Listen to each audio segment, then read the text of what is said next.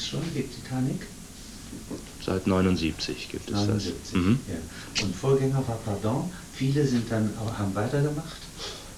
Ja, kann man sagen. Also die Leute, die halt nicht zufrieden waren mit Pardon, was anderes machen wollten, haben halt 79 dann die Titanic gegründet, während Pardon noch weiter lief, also noch 2 Jahre.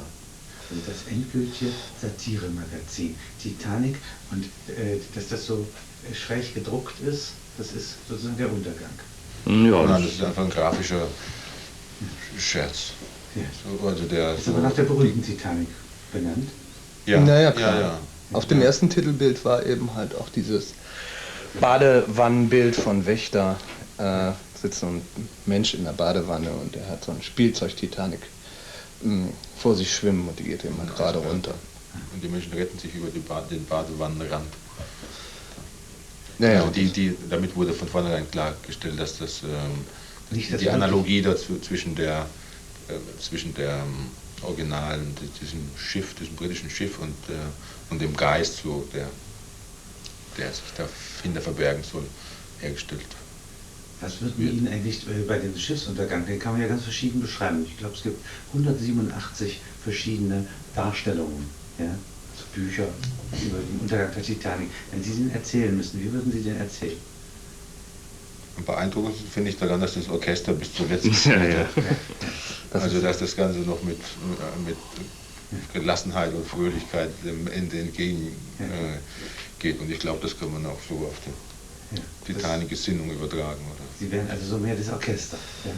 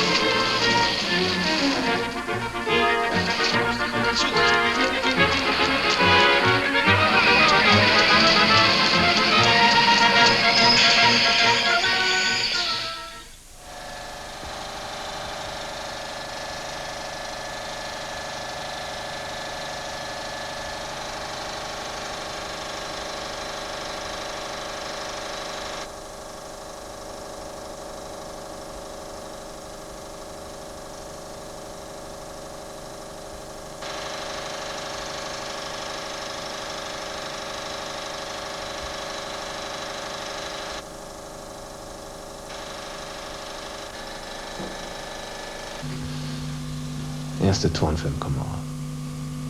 Oder? Mal tippen. Na, von Trummen.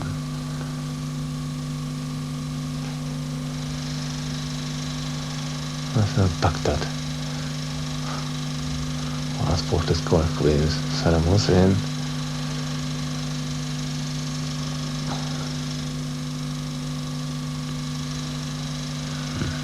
Tja. Das ist Karneval. Saddam Hussein an der Orgel. Sieht sich Stalinzimmer an. Achso, das ist hier der große Eisenbahnüberfall. Ja, ja, klar, mit der Rückprojektion. Wunderbarer Film. Genau. Kurz nach Abschluss des Hitlerstalienpakets. Wir verbrauen. Ziemlich gelenkig.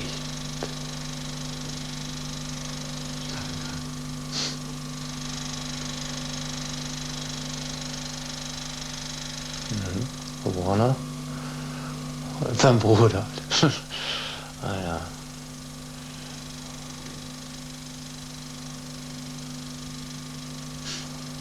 Ja. Verleihung des Friedensnobelpreises an Hitler. Unglaublich. Auf eigenen Wunsch. Im Sportpalast in Nürnberg. Okay, noch ziemlich gesittet so damals. You name it, you do it. I get queasy just thinking about it. Here's my dream machine. Des Rätsels Lösung hieß ja nicht das, was praktisch alle unsere Probleme wieder lösen könnte, wenn er da wäre. Kam dann halt, oder sollte zumindest DDR rauskommen immer. Auch ein großes formales Wagnis auf dem deutschen Zeitschriftenmarkt. Ein Schwarz-Weiß-Titel, ohne irgendeine Person vorne drauf. Hat dann auch gar nicht so viel verkauft, weil tatsächlich die Leute anscheinend auf die Farbe konditioniert sind oder auf schnelle, funktionierende Witze. Und da musste man natürlich, um überhaupt den Witz zu kapieren, diese kleinen Beschriftungen in dem Kreuzworträtsel erstmal lösen, bis hin, dass man das dann vielleicht selber ergänzt, eben halt mit Filzstift ausfüllt und dann erst rausbekommt.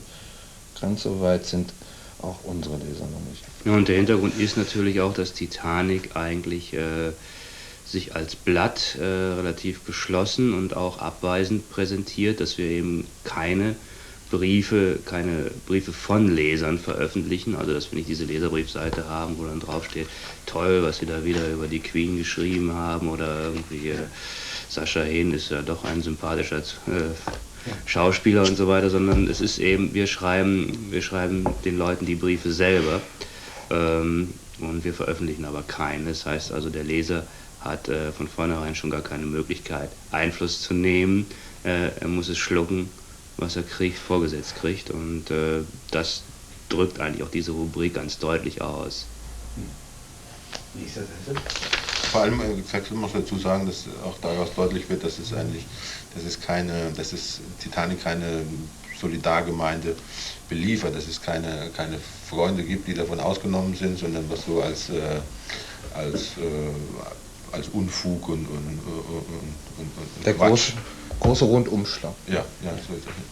Also empfunden wird, das wird hier auch angeklagt dann und das wird über diese Briefeform dem Unfugredner und Macher direkt mitgeteilt. Also zum Beispiel, wenn da jetzt Heiner Müller einen Brief kriegt von ihm, ja, bedeutet das nicht, dass sie Heiner Müller nicht mögen oder so etwas, sondern es bedeutet, er hat Anlass gegeben, ja, hier jetzt zu seiner Brechung, daran kann man kratzen.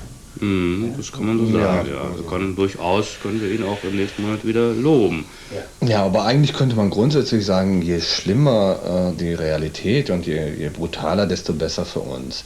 Also der Golfkrieg war ein großartiger Anlass für uns, was zu machen, weil tatsächlich ja auch das immer wieder Sachen sein müssen, die in jedermanns Kopf vorhanden sind. Also wir brauchen ja diese Folie, von der wir aus operieren können. Und wenn das jetzt irgendwelche spezifischen Medienereignisse sind, gerade jetzt, wo es so viele Programme gibt, kann man sagen, also okay, wer sieht noch den heißen Stuhl beispielsweise? Das sind ja nur noch vielleicht 3 Millionen oder so. Das war ja früher wesentlich einfacher. Da wusste natürlich jeder, wenn die neue Peter Frankenfeld-Show gekommen ist, da konnte man sich darauf beziehen, dass das allgemeines Wissen war.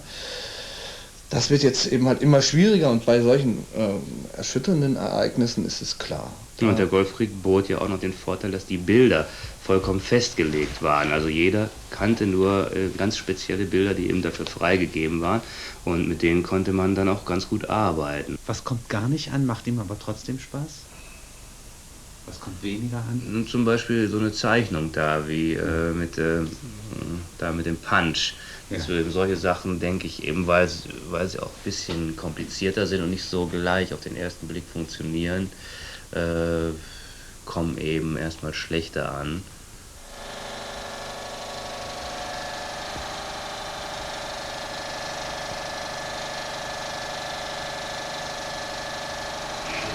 Ja, das ist sehr gut.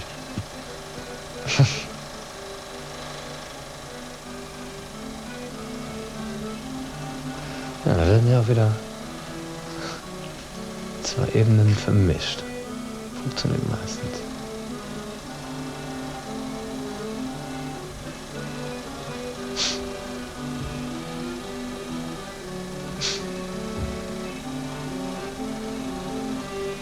Also ich lese nur.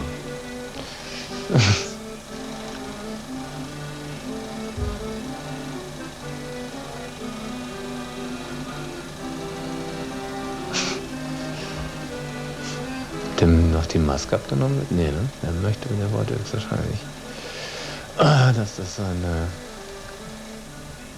Frau nie sieht.